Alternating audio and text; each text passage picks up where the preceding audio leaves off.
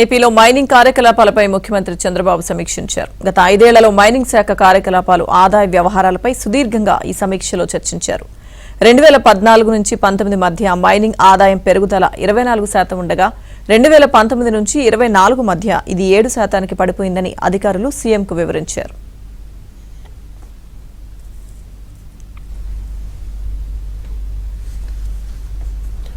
Mining శాఖ ఆదాయం గత 5 ఏళ్లలో సగానికి సగం పడిపోవడంపై ముఖ్యమంత్రి చంద్రబాబు నాయుడు సచివాలయంలో అధికారులను ప్రశ్నించారు. దీనికి గల కారణాలను అన్వేషించి నివేదించాలని అన్నారు. గత 5 ఏళ్ల కాలంలో మైనింగ్ శాఖలో అతి ముఖ్యమైన ఇసుక తవ్వకాల్లో ప్రైవేట్ ఏజెన్సీతో ఒప్పందాలు, తద్వారా జరిగిన అక్రమాలు, ప్రభుత్వానికి నష్టంపైన సీఎం సమీక్షించారు.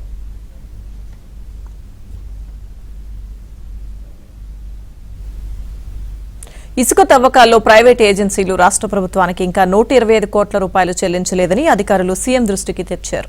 దీనిపై కేసులు నమోదు చేశామని సీఎంకు వివరించిన అధికారులు మైనింగ్ శాఖలో అస్తవ్యస్త విధానాల వల్ల తలెత్తిన సమస్యలు, నష్టంపైన సీఎం నేడు సమీక్ష చేశారు. ముఖ్యంగా ఉచిత ఇసుక పాలసీ అమలుపైన, వివిధ ప్రాంతాల్లో ఇసుక లభ్యత ధరల్లో మార్పుపైన ఆయన సమీక్షించారు.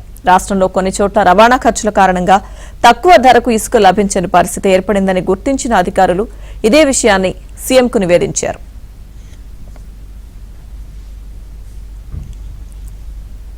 ఇసుక తవ్వకం, రవాణా ఖర్చుల భారం కాకుండా కొత్తగా ఏ విధానాలు అవలంబించవచ్చు అనే విషయంపైన చర్చించాలని అధికారులకు సూచించారు. ఇసుక రీచ్ల నుంచి నేరుగా అవసరం ఉన్నవారు ఇసుక తీసుకువెళ్లగలిగితే వారికి భారం తగ్గుతుందని సీఎం సూచించారు. ఇసుక ఉచిత విధానానికి కట్టుబడి ఉన్నామని, వినియోగదారులకు భారం కాకుండా ఇసుక అందేలా చూడాలని అధికారులకు ముఖ్యమంత్రి సూచించారు.